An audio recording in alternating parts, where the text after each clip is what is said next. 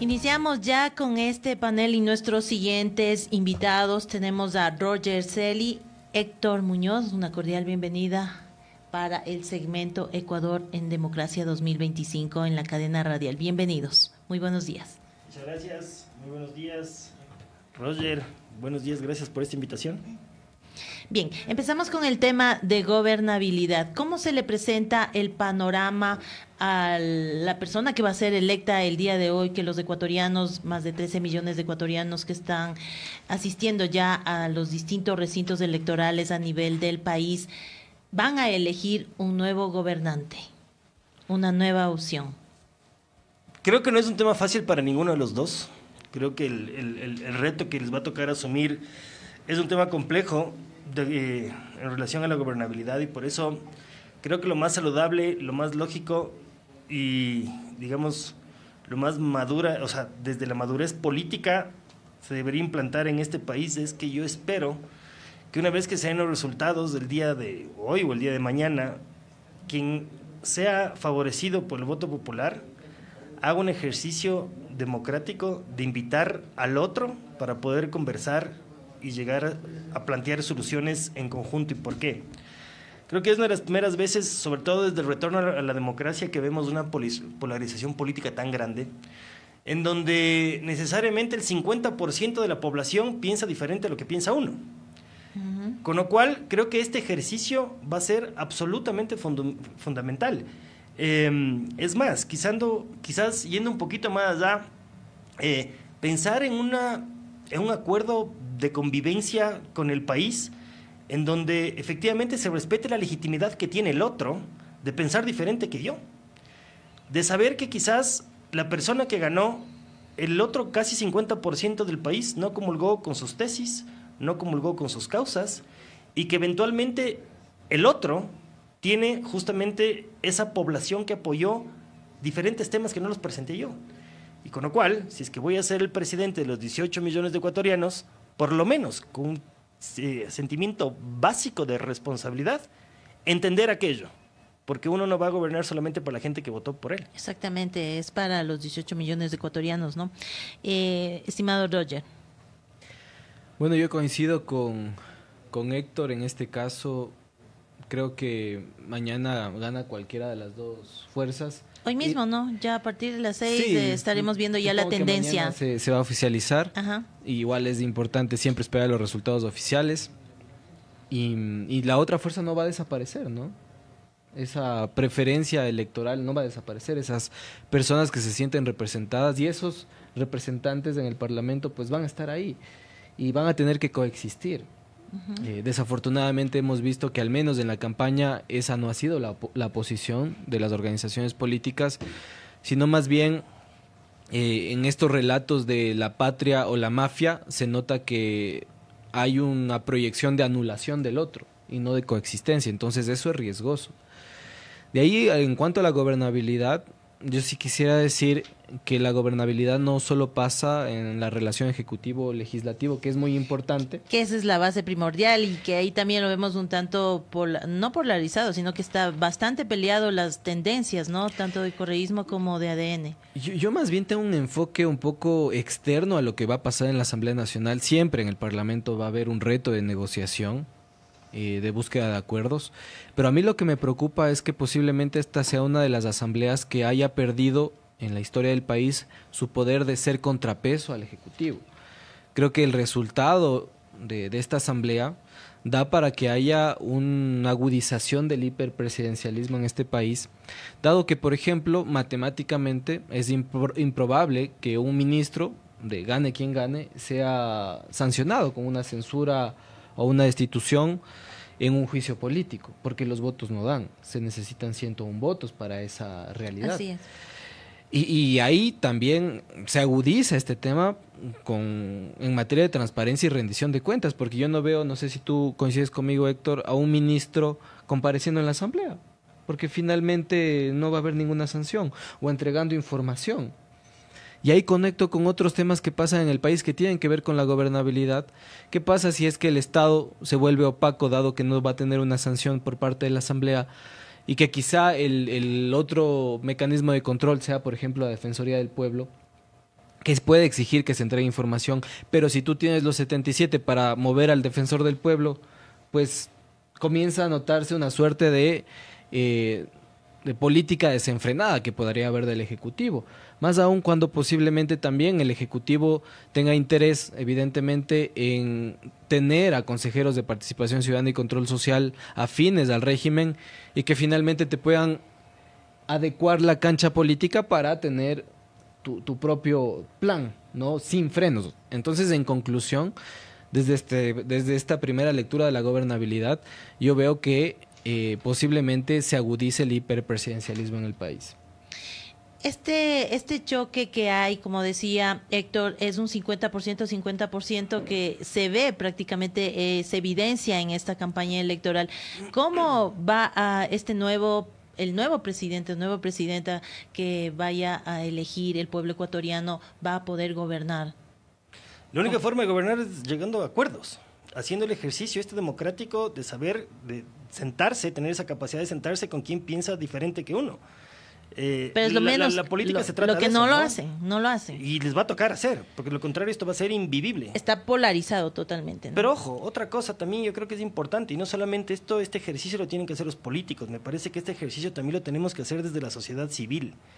Y justamente es eso, en el respeto legítimo de que la otra mitad del país piensa diferente que uno. Entonces, evitar estos radicalismos absurdos que no nos han llevado a nada, en el sentido de que si alguien vota diferente a lo que yo voté, evitar que, no sé, tacharle como, no sé, borregos, corruptos, delincuentes o lo que sea.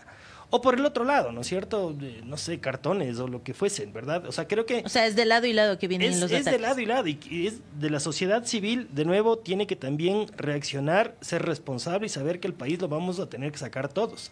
La gran mayoría de nosotros del día de mañana, independientemente del resultado, nos va a tocar a salir a buscar el pan como todos los días, ¿no es cierto? Y esa es la única realidad que tenemos hoy por hoy. Lo que hacen los políticos es simplemente establecer las herramientas necesarias para que se pueda dar justamente esto, para que la economía pueda reactivarse, para que la seguridad vuelva a llegar a este país, etcétera. Pero no es que mañana, independientemente de quién gane, el país va a estar totalmente seguro, va a existir trabajo, todo va a estar color de rosa. O sea, se va a cumplir todos esos ofrecimientos de campaña. Es importante que se sepa también, ¿no es cierto? Y efectivamente, como decía Roger, el tema de la Asamblea Nacional va a ser el primer ejercicio interesante que nosotros vamos a ver desde el manejo, desde el nuevo Ejecutivo, ¿no es cierto? Y esto va a pasar el primer día, que es el 14 de mayo, en donde se inaugura, digamos, la nueva Asamblea Nacional. Y el primer tema complejo es saber cuál va a ser el presidente o la presidenta de la institución. Sabiendo que hoy por hoy, digamos, a grandes números no existe ninguno que tenga la mayoría absoluta, que más o menos son 76, 77 votos, que le permitan justamente a eso vamos, poner están peleados ahí también al interior de la Asamblea Nacional. Absolutamente, y como decía Roger también, está absolutamente mermada una de las capacidades fundamentales o funciones fundamentales que tiene la Asamblea Nacional, que es la fiscalización. Los ministros de Estado, el Consejo de la Judicatura y las autoridades electorales van a ser intocables porque no va a haber bajo ningún punto de vista la capacidad o la maniobra dentro del legislativo de llegar a las 2/3 partes que requiere la Constitución y la ley para poder sancionar y destituir a estos funcionarios. Eso para mí también es peligroso en una democracia, porque no se puede dar, digamos, carta abierta para que hagan lo que les da la gana. Entonces aquí también hay que ver cómo efectivamente se va a reaccionar para poner estos frenos. Roger, ahora analizando lo que dice Héctor, este 50% que ahora se ve evidente en esta campaña electoral, ¿cómo superar, cómo esta nueva autoridad la represente o pueda manejar, gobernar de mejor manera, sin estos ataques personales que ha sido la tendencia, la característica y se ha reflejado en esta campaña política? O sea, hay dos opciones, o el acuerdo o que intenten anularse. Y dentro de la Asamblea Nacional ya ha pasado mucho este tema del transfugismo político, en donde incluso si es que un gobierno, por ejemplo, como el de Daniel Noboa llega a la presidencia de la República o se mantiene en la presidencia de la República, para lograr estos 77 votos, que creo que es lo único que va a necesitar, pues puede llevarse legisladores incluso de la otra organización política, en este caso de la Revolución Ciudadana. Y ya lo vimos, ADN es la organización política que más legisladores que se cambiaron de camiseta recibió y pasaron a estar en sus filas, un poco más de 15. Entonces, a ver, ahí hay que también comenzar a, digamos, a dibujar cómo va a funcionar la oposición en la Asamblea Nacional. Evidentemente, al inicio entendería yo que va a haber un acuerdo, va a intentarse generar este escenario de gobernabilidad, pero en algún momento va a haber oposición cuando se tengan que tomar decisiones difíciles, como por ejemplo en el ámbito económico. Y cuando esto pase, pues evidentemente esta oposición va a tener que fiscalizar. Y como no va a poder fiscalizar, tal vez esa oposición no va a ser sostenible en el tiempo. Y al no ser sostenible en el tiempo, pienso yo que la organización política que ha perdido en estas elecciones del Ejecutivo va a comenzar a partirse, a desgranarse. Y para mí, y ahí igual no sé si coincide Héctor conmigo, siempre el político busca gravitar el poder. Y si es que la gravitación del poder está en el oficialismo, yo pienso más bien que eso se va a ir acumulando hacia quien sea presidente o presidenta de la República. Y de fondo, pues eso podría ser un buen ejercicio de gobernabilidad. El resultado tal vez nos guste o no, pero a mí me preocupa de fondo, gane quien gane, haya gobernabilidad o no, es cómo se va a financiar eso que se quiere lograr. Porque ahí es donde se convierte la Asamblea Nacional en un punto clave para el debate de país. Por ejemplo, ¿qué va a pasar con los impuestos en este país? ¿Se va a gravar más? ¿Se va a desgravar? ¿Qué va a pasar, por ejemplo, con las reservas internacionales? Creo que, y ahí igual no sé, Héctor, él participó, fue legislador, conocerá más de este tema. Creo que apenas hay un candado legal en el Código Monetario y Financiero que no permite que esas reservas internacionales, que entiendo rodean más de 10.000 millones de dólares, se gasten o se inviertan en el país. O sea, ahí hay un debate de fondo también. ¿Qué va a pasar con la descentralización, con los GATS? Sabemos que actualmente los GATS han dejado de recaudar como antes lo hacían, no tienen plata. O sea, el punto en este país que debe ser de debate es con qué dinero. Ya sabemos qué es lo que quieren hacer más o menos, pero es con qué dinero se va a financiar. Héctor, ya no son 137 legisladores, ahora son 151 asambleístas que llegan. Esta fuerza de choque se hace más evidente y por primera vez se ve estos dos grandes bancadas representadas en el correísmo y ADN. Hay leyes importantes y trascendentes que se deben tratar en la Asamblea Nacional, que es... Sí. Las principales leyes, ya sabemos que va por acuerdos, pero ¿cómo manejar todo eso? Es obvio que, como dice Roger, se va a desgranar, de pronto se pueden ya estar cambiando ADN, pueden estar dejando el correísmo. O del otro lado también podría ser. Sí. Podría pasar eso. A ver, creo que es más probable que se termine desgranando ADN si es que no llegaría Daniel Noboa a la presidencia. Exacto.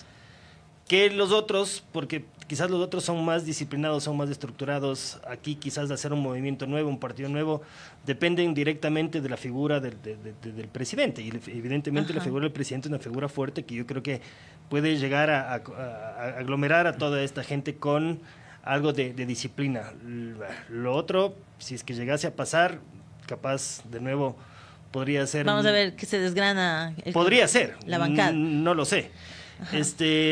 Creo que es fundamental que la relación ejecutivo-legislativo sea manejada de una manera profesional, seria, clara, transparente y cumplible.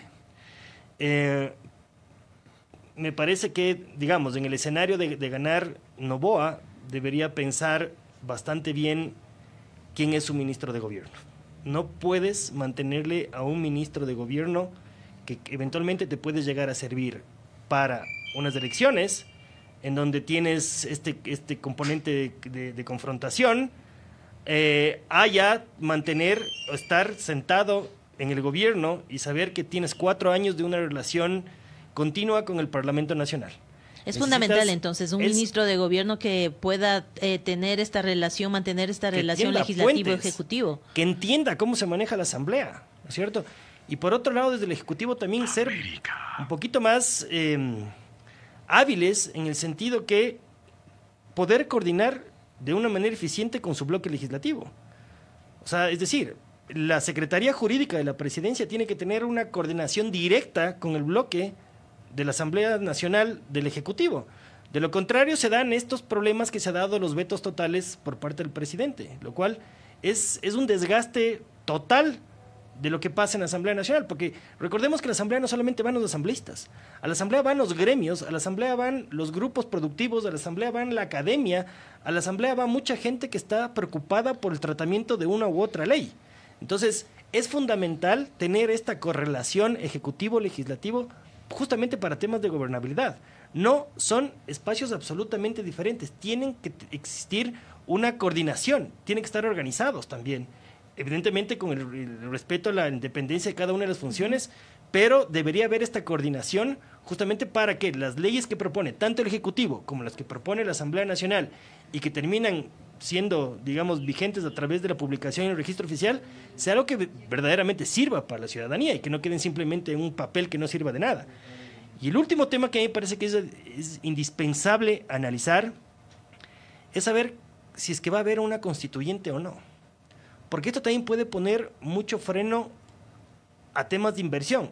Roger decía justamente el tema del dinero, ¿cómo se van a financiar? Y si es que el Estado, digamos, tiene limitaciones para financiar, la única forma es que exista inversión nacional y extranjera. Pero ¿cómo vamos a tener inversión nacional o extranjera si es que estamos a puertas de una constituyente en donde no sabemos cuáles son las reglas del juego? No existe seguridad jurídica para saber a qué nos vamos a enfrentar, ¿no es cierto? Ver qué va a pasar con el sistema tributario del país, si es que se van a cambiar justamente estas reglas de juego o no. Si es que, ¿qué va a pasar con la institucionalidad del país? Evidentemente, yo esperaría que se elimine de forma directa el Consejo de Participación Ciudadana y Control Social, que no sirve de absolutamente nada. Ya se ha evidenciado, ¿no? Fui la primera persona en este país que puso en el debate público la eliminación de este bodrio y lamentablemente me dieron espalda en ese tiempo el correísmo y el morenismo para poder eliminarlo. Esto fue en el 2019. Y recién ahora, digamos, vuelve a tomar fuerza este asunto, cuando años, esto no ha servido de absolutamente nada. Ha sido una burla total y absoluta. Entonces, vamos a ver qué es lo que pasa también en temas de institucionalidad. Pero todo eso vamos a llegar un poco a conocer en el momento que se decida si es que hay constituyente o no y cuál es el alcance de esa constituyente. O sea, vamos a partir de que si hay o no hay para que se generen leyes más importantes y se tomen decisiones trascendentales para el país. Se va a cambiar toda la constitución. Entonces, no es un tema menor. Yo soy de la idea de que me parece que no es necesario entrar en un proceso constituyente. Sí, si es que hay que hacer reformas de la Constitución que son, digamos, importantes, hay otros caminos para poder hacerlo. Y no quizás meternos en el proceso de una constituyente, en donde de nuevo, para mí va a crear muchísima incertidumbre, sobre todo desde lo económico. Los gobiernos o digamos los mercados internacionales también van a estar atentos. Uno no puede llegar a invertir de forma ciega en cualquier país. Necesita garantías, necesita saber tener seguridad jurídica, estabilidad para poder invertir. De lo contrario, vamos a tener que esperar esto hasta que es el resultado de la constituyente. Roger, y con este antecedente que nos da a conocer Héctor, ¿cómo considerar, cómo ver esta asamblea? ¿Se ha incrementado el número de asambleístas? ¿Esto va a ayudar a que se genere o se trabaje de mejor manera al interior de la Asamblea Nacional, sobre todo en el tema de tender puentes, de tener conversaciones entre Ejecutivo, Legislativo y la parte importante, tener un buen ministro de gobierno, un buen vocero desde la presidencia para que pueda conectarse con la Asamblea? Claro, y ahí, antes de pasar a ese tema que me parece muy interesante, es dar un dato en materia de inversión extranjera directa.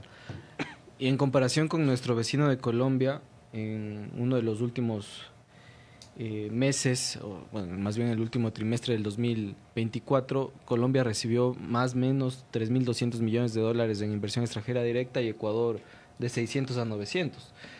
O sea, nuestro vecino se muestra mucho más competitivo y posiblemente una de las causas sea por la seguridad jurídica. Que nuestro presidente en funciones ya diga con total claridad que su intención es hacer una nueva constituyente, es decir, una nueva constitución. Claro. Yo diría ajustada a la medida, una constitución sastre, como se suele llamar. Creo que da una clara muestra de que no somos confiables en materia de seguridad jurídica para los inversores para extranjeros o la inversión nacionales. Extranjera pueda por llegar supuesto, y el resultado es ese. y coincido ahí con Héctor, sí es necesario cambiar ciertas instituciones de nuestro Estado, como por ejemplo el Consejo de Participación Ciudadana y Control Social. Yo creo que nunca la designación de autoridades debió haber salido de la competencia o atribución de la Asamblea Nacional, debió quedarse ahí, porque finalmente quienes pueden rendir cuentas al respecto de un buen o mal resultado a la hora de designar una autoridad es la propia Asamblea Nacional. O sea, a la final le llega la pelotita a la Asamblea Nacional no mismo. 7 personas que dicen ser apolíticas cuando es totalmente lo contrario. Lo hemos visto, ¿no? Claro. Es que es hasta, no sé, hasta irónico que esas personas digan que son apolíticas, ¿no? Cuando evidentemente no es así. Entonces, dado que se quiere cambiar el modelo institucional del país, dado que no vamos a ser confiables, evidentemente, creo que es hora de mostrar mayor responsabilidad política y que se planteen sí los temas neurálgicos del país, como por ejemplo la designación de autoridades de control, pero avancemos hacia temas que van más allá de la ley. Es decir, mañana tenemos una constitución hecha a la medida, por ejemplo, si en el eventual caso que gane Daniel Noboa, pero a la hora de ejecutar, eso no se logra cumplir. No sé qué tan bueno sea tener una nueva constitución si es que la actual ni siquiera la hemos leído de forma completa. Así y es, hay varios temas que o sea, se le topar. acusa que hay muchas trabas, ¿no? Incluso en el ámbito jurídico, judicial. Que no Claro, se puede y el debate de ejercer, justicia es va a una ser camisa de algo, fuerza. algo que va a ser debatido. Ese es debe otro ser tema. debatido con responsabilidad. Pero hay temas fundamentales que aún en la Constitución están como letra muerta. Por ejemplo, justamente el tema de regulación del lobby, que yo siempre lo traigo a colación, porque creo que el Estado ecuatoriano funciona mal justamente porque no hay una regulación, por ejemplo, en prevención de conflictos de interés, en regulación de puertas giratorias, que son temas que parece que están en lo abstracto, pero que finalmente se concretan en decisiones que toman los funcionarios públicos que pueden afectar a grandes poblaciones. Son temas que los políticos no quieren tratar porque evidentemente les pueden afectar. Entonces, para ir conectando con la pregunta, que hayan más representantes en el Parlamento no necesariamente garantiza mejor o mayor calidad en la hora de debatir o de generar leyes. Posiblemente lo que haga es, no sé, que la posibilidad de que haya más transfugismo político incremente porque hay más gente, digamos, y muchas de ellas no están disciplinados o adheridos a las organizaciones políticas, pero evidentemente no mejora. También quisiera decir que no es que Ecuador tenga muchos legisladores, y ese es un debate que yo creo que hay que zanjar. No es que la Asamblea Nacional sea la institución que más gasta en el país y que ahí derrochamos la plata, porque finalmente la Asamblea, nuestra institución democrática, ocupa menos del 1% del presupuesto general del Estado. Entonces, que se venda esta idea de que reducir legisladores o que eliminar la Asamblea Nacional es positivo para el país y que va a generar un impacto económico en el gasto público positivo para el país, no es cierto. Pero que sí lleguen legisladores que tengan la capacidad, es que ahí viene la segunda probidad parte para ejercer ese tema de la Asamblea Nacional, que es bastante delicado, es donde se generan las leyes, es la fiscalización. Claro, y ahí viene la segunda parte. Y en su mayoría ha dejado mucho que desear los representantes. Y yo coincido totalmente. Y viene la segunda parte que decía Héctor también, es la corresponsabilidad. ¿Qué tanto los ciudadanos ecuatorianos estamos pendientes de lo que pasa en la Asamblea Nacional? ¿Qué tanto exigimos que los asambleístas cumplan con su trabajo? ¿Qué tanto ejercitamos nuestros mecanismos de participación ciudadana? Y no lo hemos podido hacer tampoco porque el Consejo de Participación Ciudadana, que es el canal que debía hacer este tema, no lo ha hecho, no ha cumplido con esa función. Bueno, y ese es otro debate. ¿Por qué en este país estatizamos la participación ciudadana cuando la lógica es lo contrario? Es que la participación ciudadana pertenece a la ciudadanía, no al Estado. Y finalmente, yo creo que no estoy atribuyendo a las personas y a los ciudadanos la responsabilidad de lo que ha ocurrido en el país. Yo creo que la responsabilidad sí la tienen, y hay que decirlo con frontalidad, las organizaciones políticas, que finalmente ponen los cuadros que ponen en la papeleta y la ciudadanía se tiene que enfrentar a esos candidatos que muchas veces no son de calidad. Exactamente. Entonces ahí, Héctor, ¿qué se debería hacer comenzando por este tema para culminar con este tema de la Asamblea Nacional? Que llegue gente capaz de ejercer esas funciones, de tener esa conciencia social, de que no están gobernando, no están debiéndose a un partido o un movimiento político, sino a los 18 millones de ecuatorianos. es muy difícil que pase eso actualmente, ¿no? O sea, a ver, por la experiencia que tuve en la asamblea es el vivo reflejo de lo que pasa en la sociedad. Entonces uno encuentra de todo, así como uno encuentra en la sociedad absolutamente de todo. La idea de esto es tratar de hacer agendas, ¿no es cierto?, llegar a acuerdos mínimos para que, por lo menos en los temas de prioridad nacional, todos tengan una misma hoja de ruta. Y me refiero a temas, por ejemplo, de seguridad, a temas de educación, a temas de empleo. Creo que son de salud, son temas fundamentales en donde son transversales a cualquier ideología política o cualquier, digamos, partido político. Esto no es propiedad de nadie, sino que la idea es que estos asuntos que son primordiales para el Ecuador, por lo menos se lo traten con la responsabilidad que tiene el caso para hacerlo. Ya los demás temas que ya incurren más en temas absolutamente políticos, allá se desgarrarán, pero por lo menos tener esta madurez y esta responsabilidad primordial de atacar estos problemas. Todo lo demás puede llegar a un segundo plano. Me parece que es importantísimo que exista muchísimo pragmatismo, tanto en el Ejecutivo como en el Legislativo. Alejémonos de sesgos políticos que no nos llevan absolutamente a nada. Estamos viviendo temas muy complejos y en donde, si nosotros vemos las cifras, la inversión del Estado es tan mínima que yo creo que eso a cualquier ciudadano le puede llegar a aterrar. El 1% de inversión estatal es una cosa de locos. O sea, inversión total, no estoy hablando de inversión social, la inversión estatal, es decir, obra pública, temas sociales, todo llega al 1% de 35.500 millones de dólares que tiene el presupuesto general del Estado. ¿Les parece que es lógico esto? Pues a mí me parece que no. Esto va a tener que cambiar, van a tener que enfocarse, la inversión estatal es básica para la ciudadanía, sobre todo para que se solventen algunos temas sociales. Uno paga impuestos, ¿no es cierto? ¿Para qué? Para que lo que le tiene que devolver el Estado son los servicios, pero servicios de calidad, ¿no es cierto? Salud, educación, temas tan básicos de tercer mundo como es poder sacar una cédula. Todo ese tipo de cosas van a tener que mejorarse si es que se continúa el gobierno de Noboa, o vamos a ver qué pasa si es que llega la otra tendencia a manejar al Estado. Pero, y otra cosa, el tema del pragmatismo también tiene que estar enfocado en todo lo que tiene que ver con la dirección diplomática y la política exterior del país. El mundo está ahorita, digamos, hay un remesón a nivel internacional por todo lo que está pasando, sobre todo en Estados Unidos y China, ¿no es cierto? Aquí tiene que de nuevo reinar el pragmatismo y saber qué es lo importante para el Ecuador, independientemente si es que esto es beneficioso para tu tendencia o sesgo político, ¿no es cierto? Entonces creo que eso va a ser fundamental. Y no sé si es que muchos ciudadanos que están en la mitad de la una y la otra tendencia han sido las personas beneficiarias de los mensajes que han mandado los candidatos en esta última parte de la segunda vuelta. ¿Qué tipo de mensajes yo tengo mis dudas, decir? Porque para mí, que se han receptado. Para mí, le hablaron a su propio electorado. Ellos debieron fijarse, evidentemente, en los indecisos, en los nulos, en los blancos y sobre todo en el voto blando de su contrincante. Yo no sé si es que esta campaña de la segunda vuelta fue tan violenta y que fue se preocuparon en temas personal, de ataques, creo yo. que fijarse, ¿no es cierto?, en este electorado que necesitaba escuchar respuestas.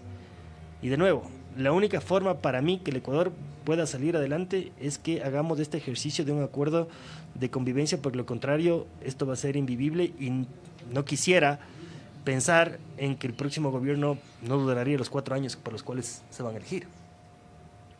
Jorge, ¿cómo ver entonces a este electorado que está pendiente de todas de estos ofrecimientos de campaña? Como dice Héctor, han sido variados, pero no se han centrado en el meollo, en lo principal. Más ha sido ataque personal. Bueno, yo creo que esta campaña mostró que la comunicación política tiene un límite, porque la comunicación política no reemplaza a la política.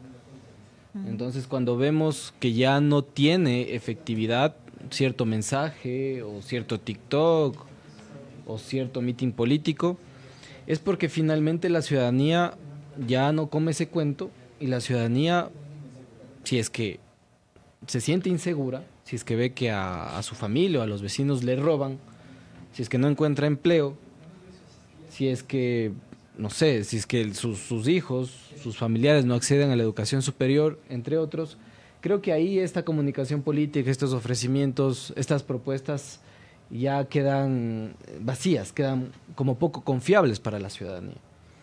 Entonces creo que el gran reto de las organizaciones políticas, de los candidatos, más aún entendiendo que vamos a unas elecciones seccionales, yo creo que en primer lugar es sincerar si es que en realidad este país, dadas las condiciones, puede avanzar hacia las propuestas que ellos mencionan. Y con la imagen que se ha proyectado de cada uno, ¿no? Hay una Por tendencia supuesto. que dice que si es que gana la una candidata, no sería bien vista para las políticas de Estados Unidos. Claro, y finalmente lo que mencionaba Héctor y menciona usted, la gobernabilidad no solo tiene un plano nacional, sino tiene un plano internacional. Así es. Por ejemplo, ¿cómo Ecuador puede recibir... Estamos en los ojos del mundo esperando a ver cuál de los dos candidatos va a llegar nuevamente. Pero más allá de los candidatos, yo sí pienso que es un factor importante, pero el ejercicio del poder también es determinante a la hora de que un multilateral confíe en el país, por ejemplo.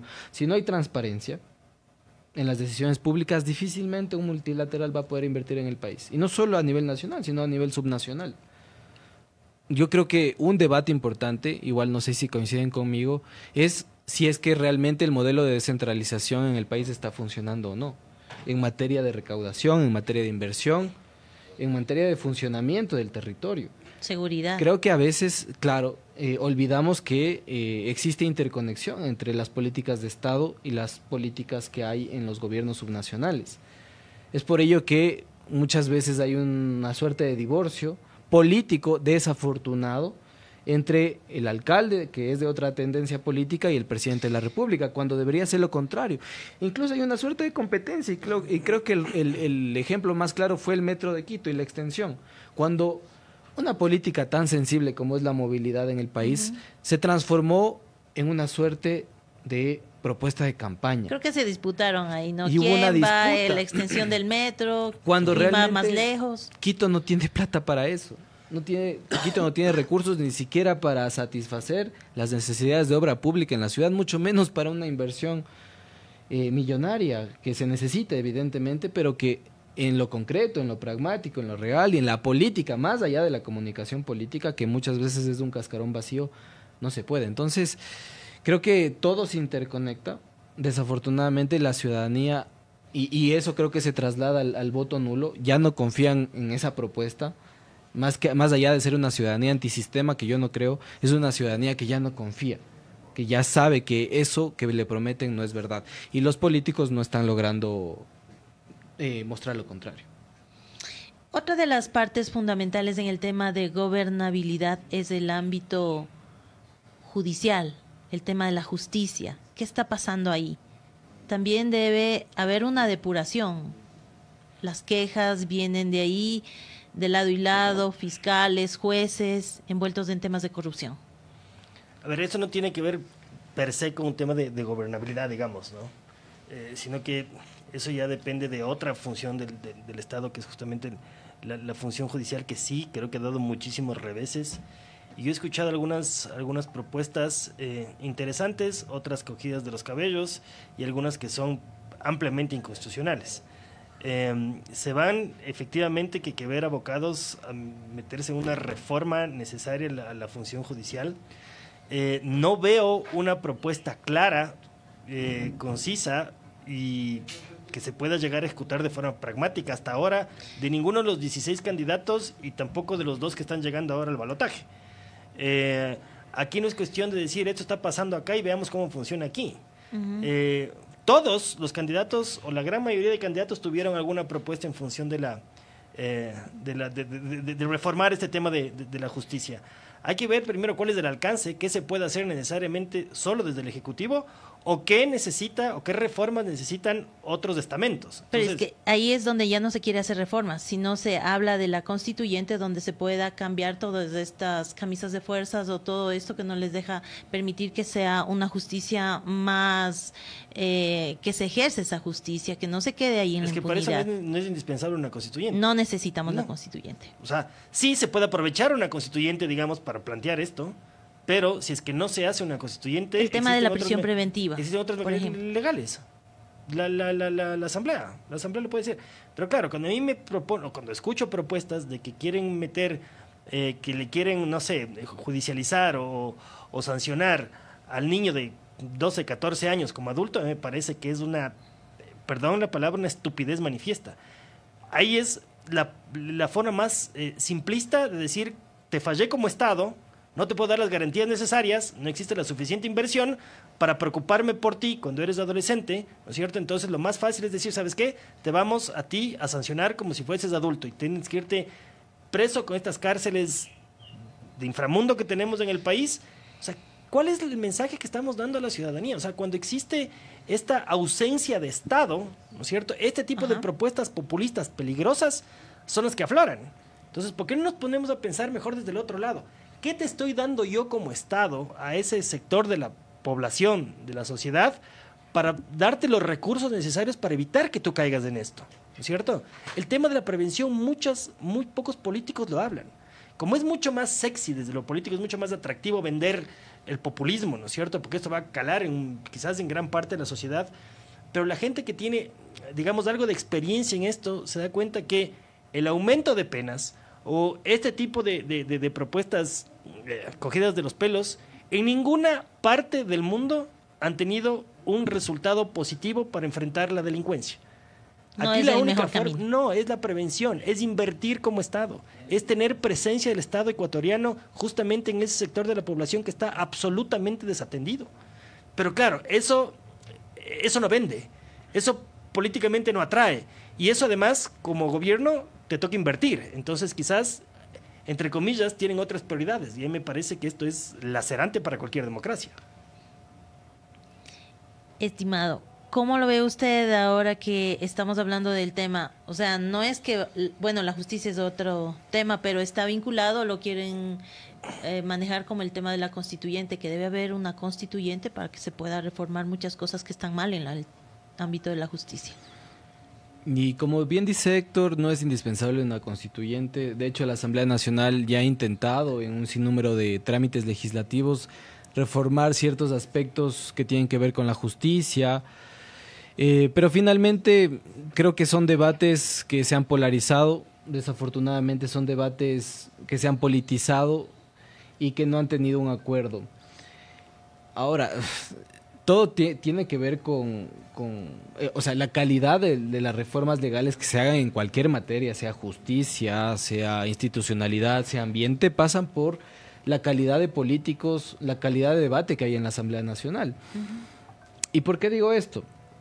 Cuando se intentó tramitar una reforma al Código Orgánico de la Función Judicial, que parecía ser interesante en materia de transparencia, de justicia abierta, que buscaba mejorar la administración de justicia, se incluyó algo que es netamente político, y era, por ejemplo, el tema de justo cuando los consejeros, los vocales del Consejo de la Judicatura estaban inmersos en temas penales, que cuando un vocal esté inmerso en esto tenga la capacidad de solicitar una licencia, ¿no? Sí.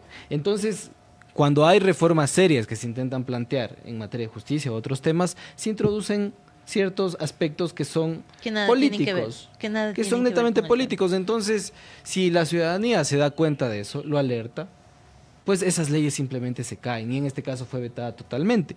Y no solo ese es el caso, en la Asamblea Nacional pasa muchísimo.